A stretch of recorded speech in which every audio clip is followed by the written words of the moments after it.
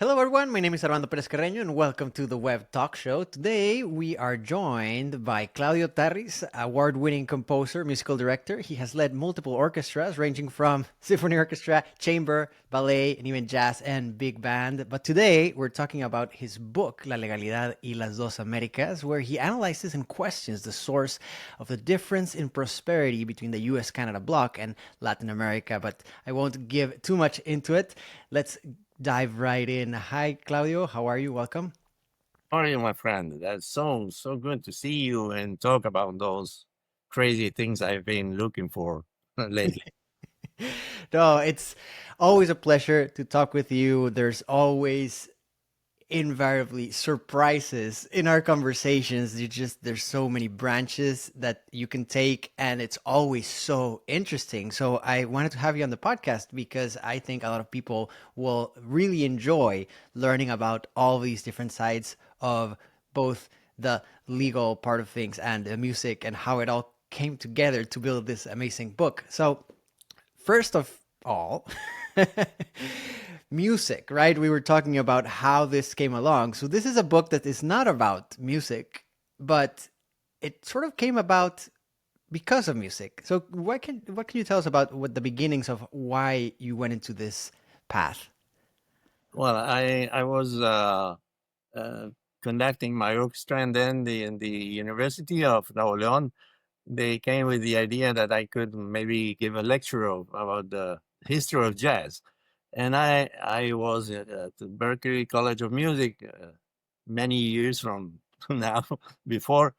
And so I said, okay, I'm gonna read something and prepare my lecture.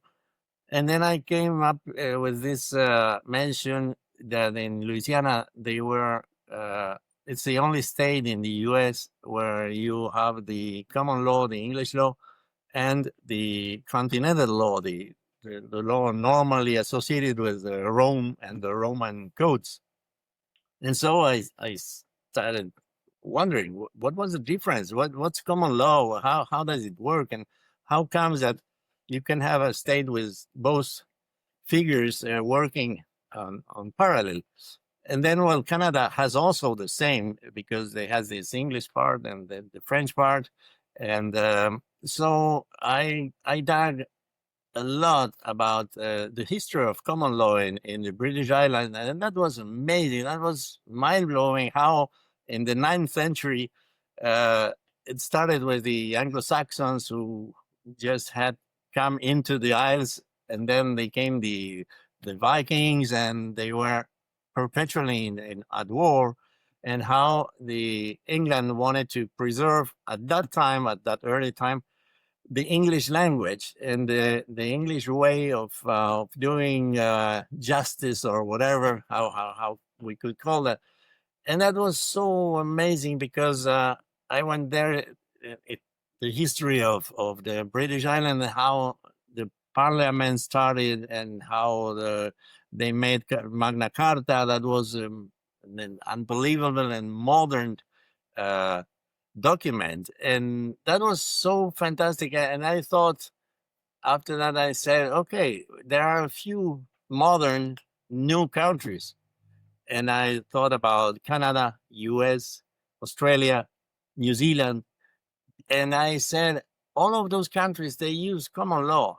Maybe, just maybe, the cause of their prosperity being so young, as young and younger, because the the uh, the pilgrims came to America from England more than a century after Spanish rule. So they were 100 years uh, behind the whole establishment of law and society. And how comes that they managed to be such prosperous countries? And my question was, maybe it's about the use of the English law and versus the Spanish or Roman law that was applied in all Latin America. Maybe this was the reason why this difference in outcome. Wow. And for those of us who are not versed with the law, what could you very briefly, in very simple terms, explain what common law is, so that we learn a little more and get more context? Well, I'm not versed in law either. I had to study and get into it. Now, the amazing thing is now the possibility of learning anything through the web, through YouTube, if you want something quicker or something practical. But when I started researching for the book, I could go to the archives of Middle Ages and in Sevilla and all the documents in the original. I could have the original paper and see it by myself and see different interpretations of the papers, and that's so amazing because I'm not a law person. I just wondered about this problem, and I couldn't find everything. So many papers and so many documents. That's mind blowing. And so I still wonder why people use so much time with TikTok and all those social things when you can learn whatever you want. It's astronomy, whatever you like, you can learn it now without going to the university. That's amazing. So, coming back with some definitions of English law and common law and accusatory system and the other system, it's what's used is inquisitorial system. So, in the English common law, what you have is sort of you don't need to have laws to make the law work in this society. You just need that you use precedent in the different cases that it appeals in a municipal level, at a municipal level. So the figure of the reeve and of the sheriff, it's an administrator of taxes, but also of law. And sheriff it's the oldest institution, English institution, maybe not so old as royalty, but it's the second most ancient tradition in England. And the law that it's the common law, it's also like a French word because it's la commune. It's the community. It's Mm-hmm. the law of the community. And you have also another figure that's called the let me read it. Let me take my glasses because now I cannot see as well as when I was younger. It's posse comitatus. It's a Latin phrase that says the power of the county. So you don't need to have a whole bunch of laws because in the Roman law also, if you don't legislate something, you cannot uh, make the laws. You cannot have a trial because first the law and then the Mm. trial or the social thing that matters. And in common law, it's the other way around. It's the county, it's the people who just decide what is good and what it isn't, and Mm. the norms are not written at the beginning. Then it started to be legislated, but it's a society, it's the municipality who decides what is good and what is wrong. And there you have this word that's called moral. Moral comes from a Latin word that means the uses, the social uses. It's not like the emperor is saying what's good and what's wrong, and he has to have a whole bunch of laws because everything must be thought before Mm-hmm. something wrong happens. And in common law, it's the other way around. You just have a problem. Okay, what happened to you? This guy made me. Okay, let's get together and let's discuss it, and then we decide because we, as a group of people, we will decide what's good and what's wrong. Hmm. And so it's like building the law from down up, and Roman law is building the law from up down. And Oh. the terrible thing about this is in America, the laws of the American people, that they were you had some empires like the Inca Empire and the Mexica, and then you had all these nomadic people, and they legislated in Sevilla in Spain, like thousands of miles away, and they didn't care if it was Apaches Wow. or I don't know, or Inca people. They just legislated thousands of miles away for people they didn't even know, and for Mm. social context they didn't know. So one of these things that were amazing for me is the Pueblo de Indios. The Spanish came to America, and then they found like it could be people from the empire or just nomadic people. They destroyed where they lived, and they founded these towns, these Spanish towns, where it was called the Indian town. Indian Mhm. because a colon thought he was arriving to India, and he was wrong. I think he just found a So continent somewhere in between. So you had this social imposed structure for people, for indigenous people, that worked well when these people came from uh, uh, empire, because the notion of cities and of towns was okay. They knew that they had lived in these towns, but with only nomadic people said, I cannot live in a town. I need to be free. And so you had all these clashes and all the things that legislating for millions of people with different backgrounds, different races, and different.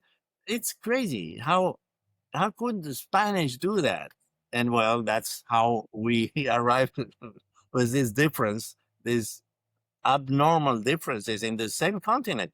And when half of the US was of the Spanish Empire, look was common law, according to my theory, did Mhm. with California, New Mexico, Colorado, Nevada, and Texas, all Spanish names.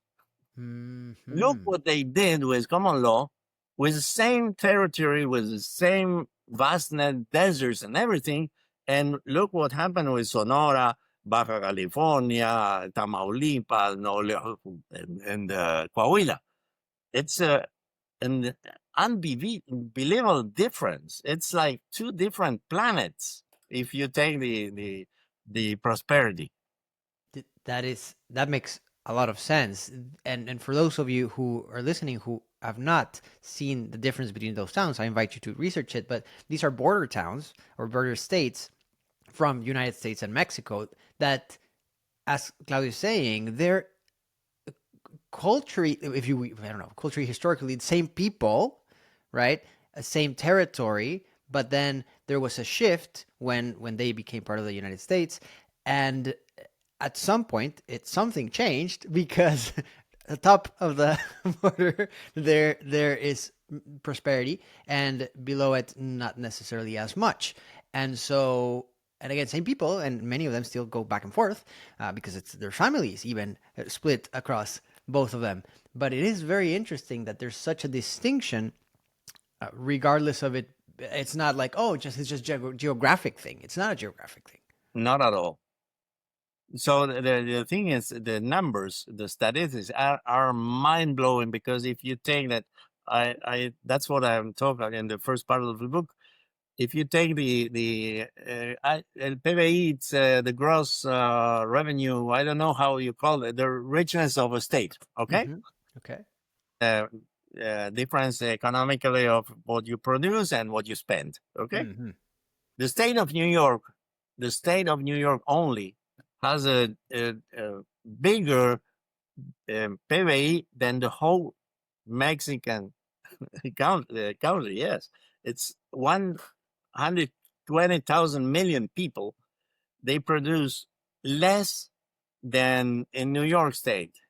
Just one state of the US, and it's not the richest states, because you have California, that's number one, and you have Texas, number two. And unfortunately, they are in the border. And so the difference is like having Switzerland and Germany on the border.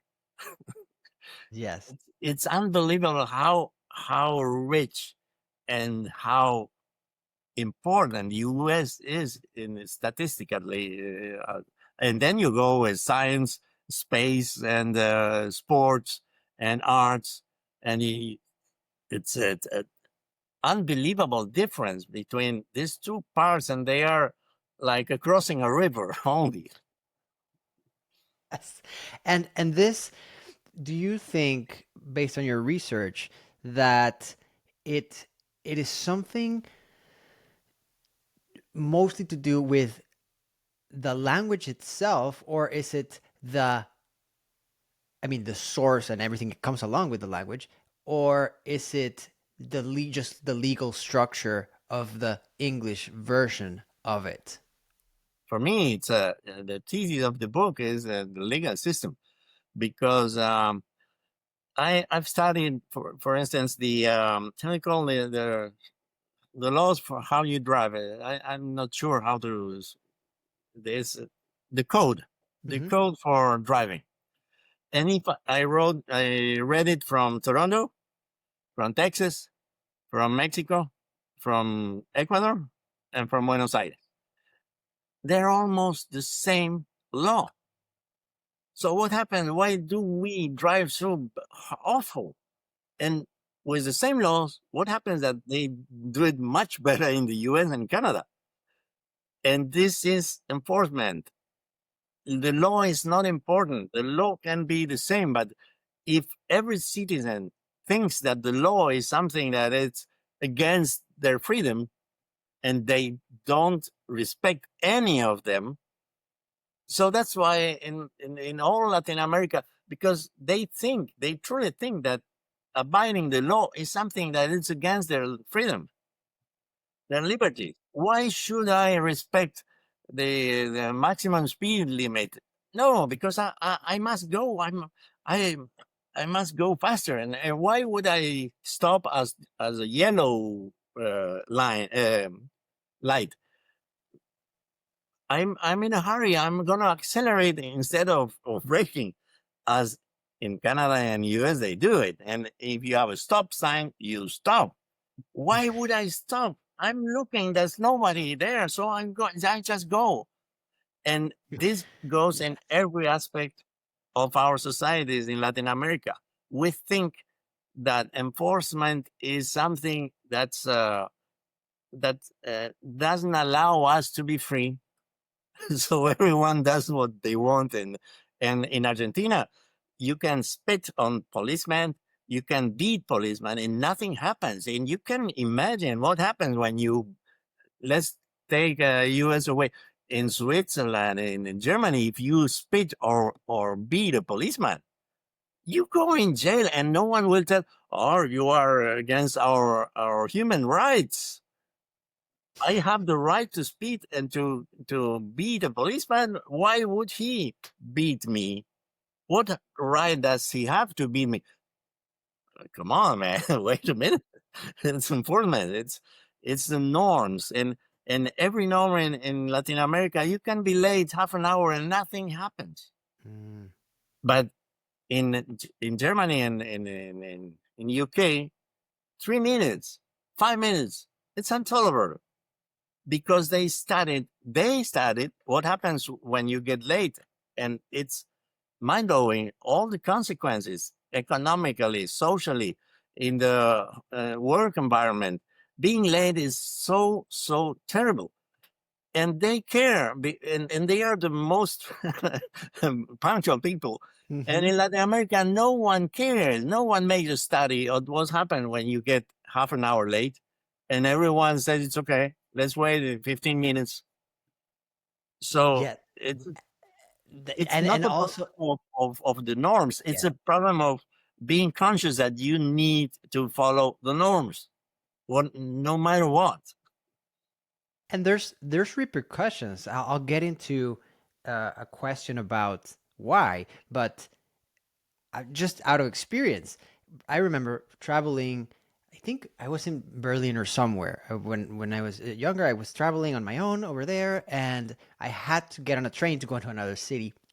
And I was almost late because I met by coincidence another friend from Mexico over there, Because you were and Mexican. yeah, no, we were having fun. We forgot. We were like, oh Okay, no, and I had to so run, and I ran so I would get on there on time, and the train left exactly at the time, and so I was looking at my watch. Fortunately, it left right on time because I barely got on because I was looking at my watch and I was able to get there, jump on the train, and it left, but right on time, right? So that wouldn't have happened if they didn't follow time, right?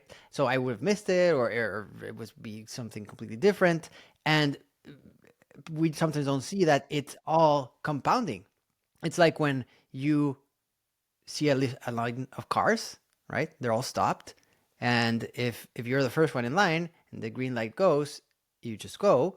You can go fast, right? But if you're the fifth one in the line, it takes like 60 seconds for you to start moving because first the first one has to go, then the next one, then the next one. If one of them is distracted, you're gonna take a minute, right? Because it compounds the weight. So in all these countries where time is not respected, what happens is all those train schedules, everything just moves, and then there's no reference of what the real time should be for something, and it just creates additional chaos, right? So that's so right. why what do you think uh, in the cause do we think it is based on the fact that common law makes people sort of feel that they are part of, just historically, and I don't know, in our genes or whatever, that they're a part of creating those laws, and thus they respect them more than they're coming from the king or somewhere else,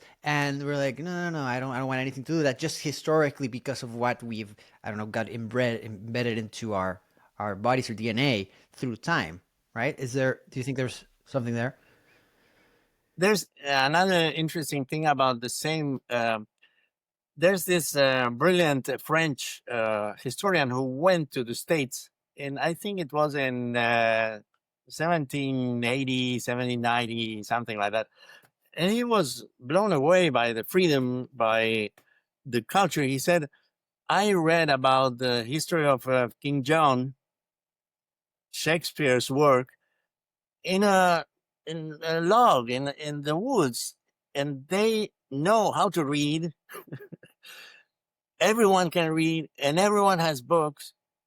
And he said, it's amazing that it the democratization of knowledge in this country is so vast, and so everyone can read. That was unthinkable in Spain in the 18th, in the 18th, 1800s. Mm-hmm. They had the same level of alphabetization than France and England in 1650. They were 2 centuries behind. 90% of people in Spain didn't know how to read and to to write, and that was all history in Latin America was like that. You could not. There were no schools, just Catholic schools and Catholic universities, where you could only learn what the Holy Christian Church wanted you to learn. And in the 13 colonies, you had Swedish people, Holland. It was New Amsterdam. New York was New Amsterdam because they were people from the Netherlands. And you had Quakers, and you had Catholics, and you had Irish people, and everyone was just in maybe in some different states, but you had this variety of cultures and Holland was a republic, and you had other people that already had this democratic view of policy making and of policy living, and so they started with culture, with technology. They didn't have to abide to the Holy Christian, the church, about, well, flat earthers. Mm-hmm. Okay, Mm-hmm. and that's what they said. Well, in America, in Latin America, the first university was in Mexico, and then the second was in Cordoba in Argentina, and then Chuquisaca, and then yeah, but you have Harvard and Princeton, and you have Caltech, and you have everything. And they started much later, as I told you, 100 years later, and they started to educate the people.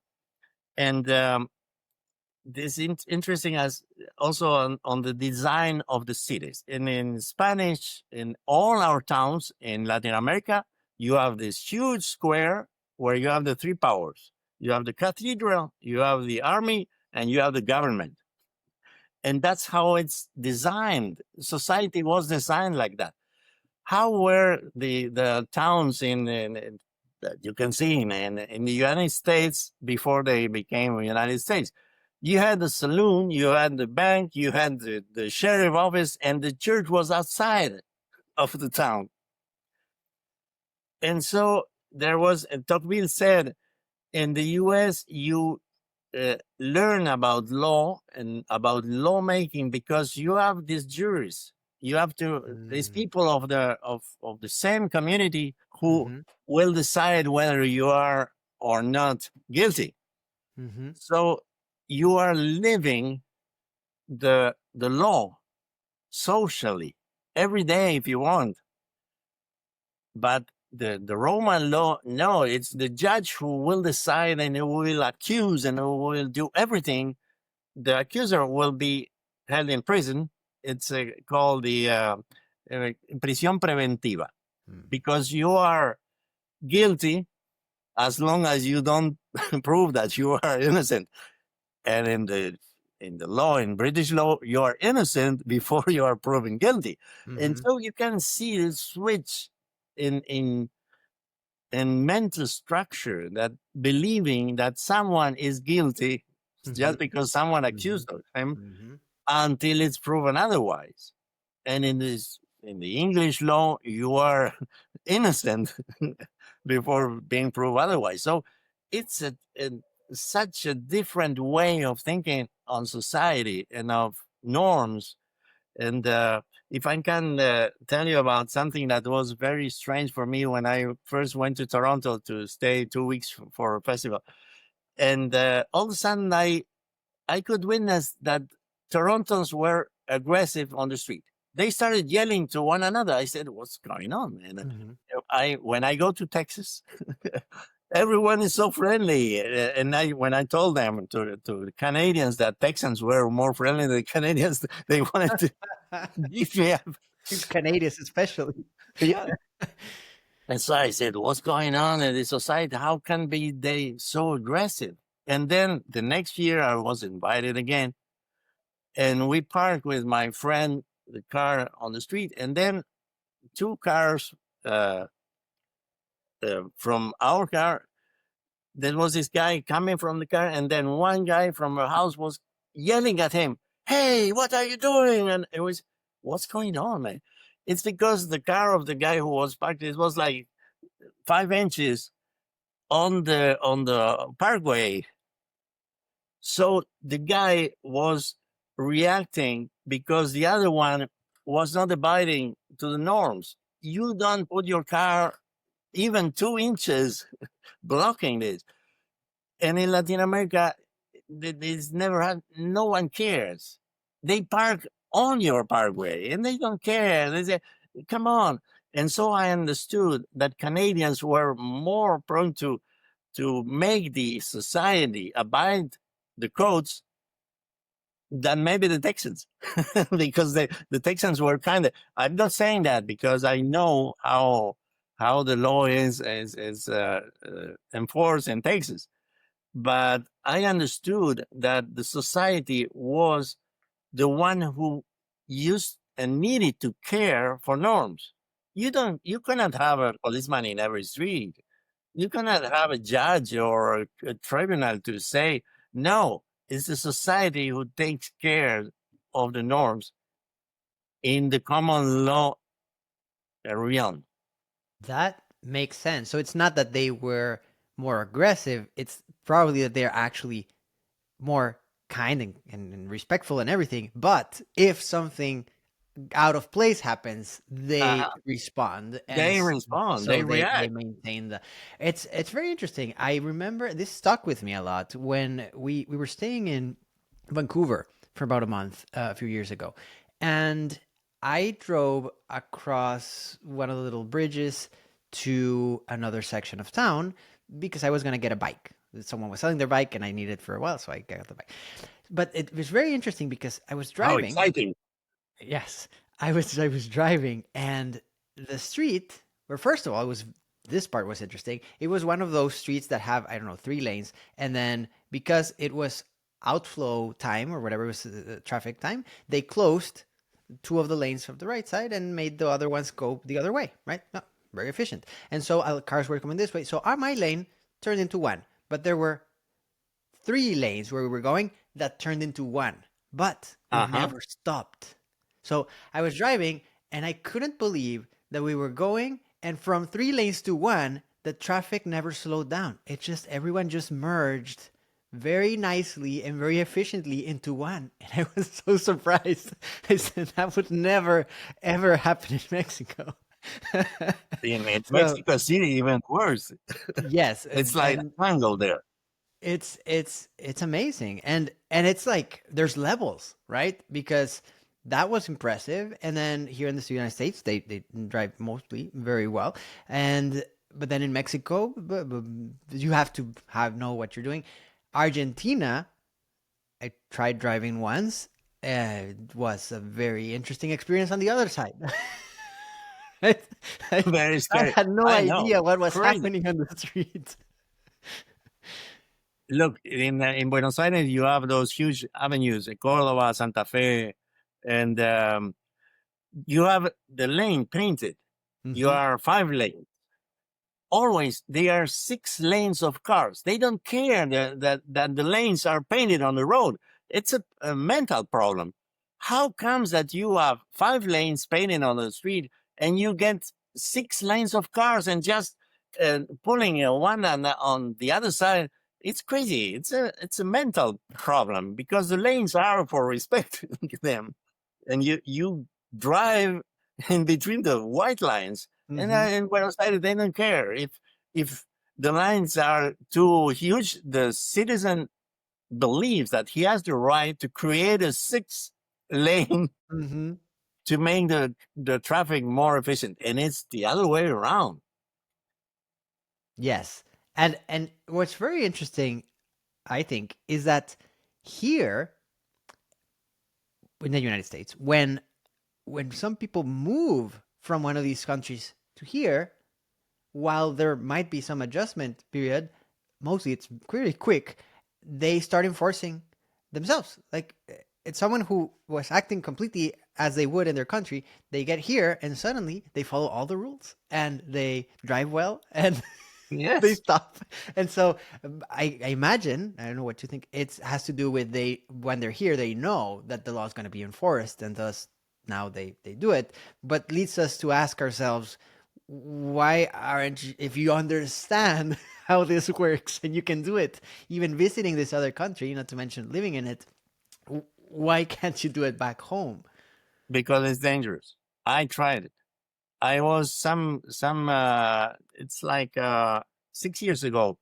My wife went to Houston to take care of the babies of a nephew. It was very interesting because they were at the medical school and they were very busy and they had just had the baby. So they needed someone, and family, Christina said, okay, I'm going to babysit your kid. So I was working here and then I had like 2 weeks of leave and I drove to Houston. I stayed there for 2 weeks, but not in a hotel, but really living in the society and following rules and everything. And so when I came back to the bridge in Mexico, I said, okay, I now I'm driving like an American. Let's follow the same rules. You can't. It's dangerous. You cannot stop in a stop sign because the guy will. You cannot see the yellow light and brake because the guy wants to accelerate. You cannot follow the rules. because it's dangerous for your life. So the Mexicans and the Latin Americans say that you follow the rules in Texas because the fines are very expensive. So I told them, okay, man, in Texas, people earn 10 times the salary of a Latin American. So no problem that the fines are 10 times bigger. It's no problem. It's an Hmm. adjustment of the Ah, of the wealth, no? that's a good Okay. point. Yes. And it's Yeah, so not it's not about that it's expensive and that's why the Americans don't follow it. No, it's because it's no. enforced. Yes, and it's enforced, but it's enforced by the citizens because I know that when I go to Texas, they see I have a Mexican plate, and most of Americans say this is a Mexican. He will be doing, and as soon as I do something wrong, they will yell at me and honk at me because they know, with a prejudice maybe, that I will be more prone to do wrong things while I'm driving. So it's the citizens who yell at me. I don't need a policeman to give me a fine. I don't want to be insulted at every corner. So Mm, I better behave so nothing happens.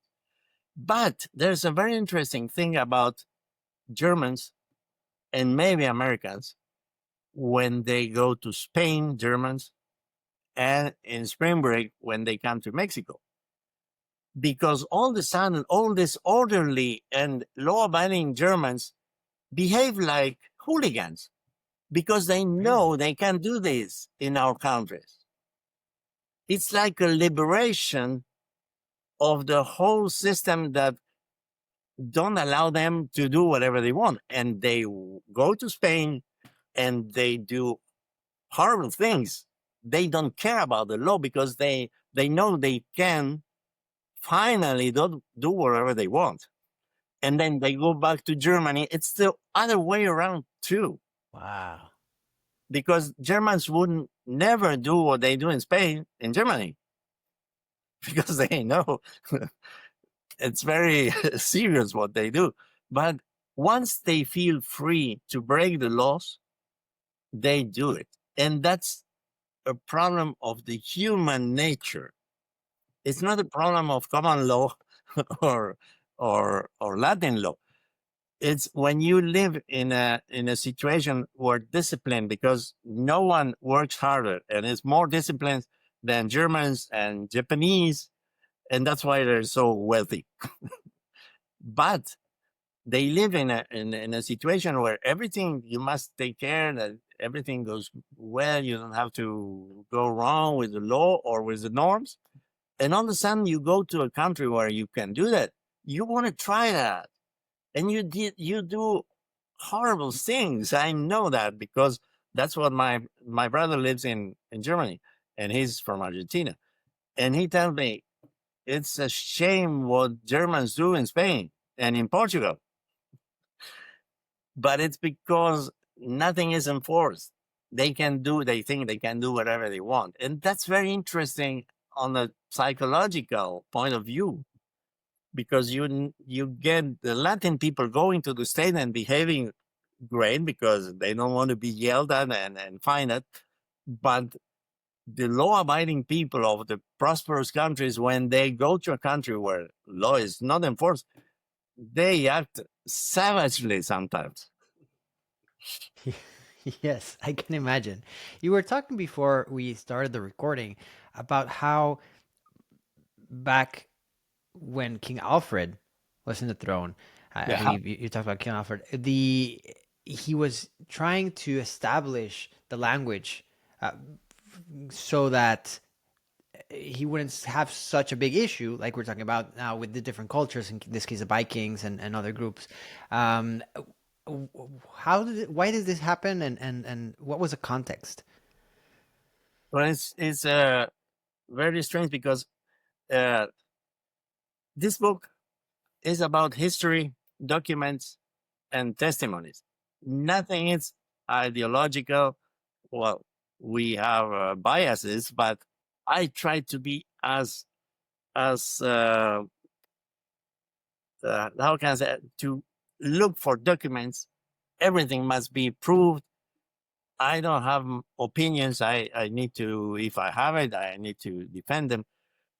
So how could I make a book where people who are not at all, who don't agree at all with my thesis, and especially in Latin America, because they say the the wealth of US is because it's an hegemonic country and it's imperialistic and they want to take over the world. Okay, but when they came from England or whatever, from Europe to the 13 colonies, nothing of this was true. So it's not like that. It's the wealth of the US is not because they wanted to take over the world. So um, how could I write a book for Latin Americans where after the first page, people who don't agree just throw it away? How could I do that? And naively, I thought, okay, when I can prove with documents every statement, they will have to think for a moment and then throw away the book because ideology is like that. It's Hmm. you cannot reason with ideology. There's no way. It's a problem of a mental problem. Okay. So when I started to study all this thing about King Albert in the ninth century, trying to figure out what other problems he had with Vikings, with Welsh people, with uh, ah, Scottish people. I'm sorry. So he invaded. Well, the Anglo-Saxon invaded in England as all others did, as the Romans did centuries before. So the thing is, he wanted to preserve, or he wanted to uh, make people of the Anglo-Saxon race Hmm. to preserve the language. And he had been in Rome and he had been in Europe, and he has seen that education is one of the most important things about a society. So he founded schools and he tried to preserve the English language, especially contrary against the Vikings, because they have been uh, fighting for centuries, Hmm. the invaders. And then came William the Conqueror from Normandy, and that was French, and then it was so important that he could preserve the English language in a part of the British England, so that when the Normans came with the French, because don't forget that the two devices that are on the English escudo, how you call that? Shield. Uh, the sign of Britain with the unicorn and this the how do you call that, this the symbol of This. England. Hmm. The two devices are in French: Honi soit qui mal y pense and Dieu est mon roi, est mon droit. Those two devices in a British empire are in French. So how comes? And this is because of the Normans that came from France and invaded, and then uh, they just conquered the Anglo-Saxons, Hmm. and they brought the law, the continental law, and that's very interesting how finally the Anglo-Saxon law prevailed, because everything was like mixed, and they were battles, and maybe the future of a country was just for not stupid, but for a minor reason. Maybe the king wasn't go to battle because he had a stomach ache, because he had too much to drink, and maybe the battle was lost because he didn't go because, or he has some argument with the queen. I don't know. Hmm. History depends sometimes on these tiny little things. So to make these two ideas uh, together, the rigorness of having all documents, all things, so that people doesn't think I'm biased. It's not possible because we are all biased by our culture, about our education. But anyway, so I tried to look for these documents of King uh, Edward, and it's so interesting that every time I tried to write down some opinion, I said, "Wait a minute, you need to back it with some historic moment and with historic documents." And that was something in this book that was so interesting and so important because it's I'm sure that less people can argue I'm wrong. Hmm. And that's which brings me to another question. When someone is writing a book, because this is very foreign to almost everyone, if you want to write a book, it's not as easy as just sitting down and writing a book. I mean, for as much as you could, especially now with AI and everything, and you could just tell it to write something, but writing a real book it takes a lot of effort. How long did it take to write the book? It started before the pandemic, Okay, and the wow. pandemics helped a lot to develop the ideas and to look and to search because I'm a busy musician. Mm-hmm. So when everything was closed, it started before. It started at, I think, 2018, I think, 18th. And then 2020, everything was closed. And so I had much more time to develop the idea and to search and to read Why Nations Fail and, and to really think that all this work was worth trying because I'm not a writer, but I don't have any literary uh, aspiration. I'm just telling the facts. So, and then also they told me you have to put all these um, when you cite a document or anything, you Bibliography. have to put number two. It's from this page, and I didn't do it. I just wrote. I found this document because I read it in this article. I don't know, and I went to most of the all the codes, Charlemagne, the Roman code, Justinian, the other one, Theodosius, that made a huge thing. Then the goats, because the goats went to Spain and they stayed there for centuries, and they had this code. And then came the Arabs.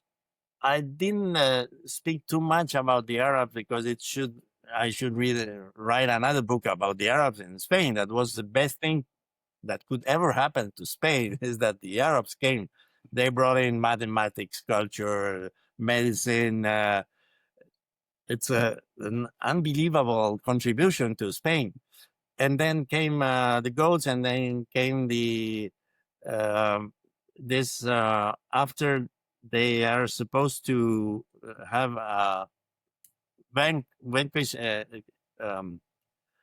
They could make the Arabs go away, and it was not a military campaign. It just was an agreement between partners where they bought the Boabdil, the king of the Arabs, the queens, the Catholic king and queen. They did the contract. I will give you this and you give me that. And then the guy said, okay, I'm not leaving. He stayed there. What they did is they took all the Jews out, and this horrible just when Colin was leaving. That's very interesting. The Jews had to leave Spain the Mm-hmm. 1st of August of 1492.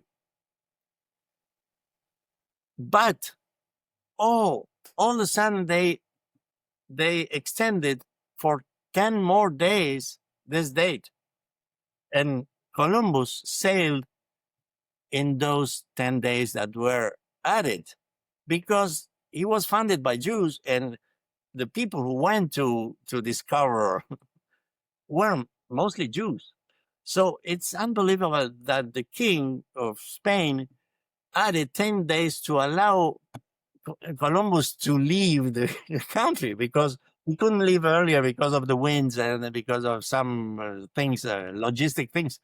And they extended it 10 days for Columbus to leave Spain and not imprison him. Oh goodness. And everything that happened after. It's Yeah, just yeah. because of wow. That there's so much history that we don't know in general because we just get taught the little bits of pieces of whatever the school book had. And like you were saying at the beginning, nowadays you can find so much information in Uh-huh. the web and virtual libraries and all sorts of things that yeah, I think more people should be enjoying looking for because it is enjoyable. If you just Yeah, see it in a textbook, absolutely. it might not enjoy you. But if you find something in the niche that you like, there are some very interesting stories. For example, I remember I never knew about the Venetians. Like I I heard, I think the first time I heard about the Venetians was like on Disney's there's in Epcot the ball, there's this ride that takes you across history and so it explains how you go no? And they're like and then the Venetians they had to talk in a certain way so they figured out that like what when did this happen, and this was a long time ago when I realized, but there's so much history that we don't know. The thing is, one of the first lines, it's epigraph in Spanish, Mm-hmm. epigrafe. Mm-hmm. That's a short line that you put on the top of the chapter Mm-hmm. that defines the chapter, okay? So this book is defined by this epigraphy who said, history is a bunch of lies that we agree on. Napoleon Bonaparte. And that's history. It's a bunch of lies that we socially accept because we need heroes. We need to be proud of our country. And in some countries, they had not a single brilliant person. So you have to invent it. You have to invent, uh, I don't know, military campaigns and battles that you won, because otherwise you could not have this national pride. So you have to invent a lot of stuff in history.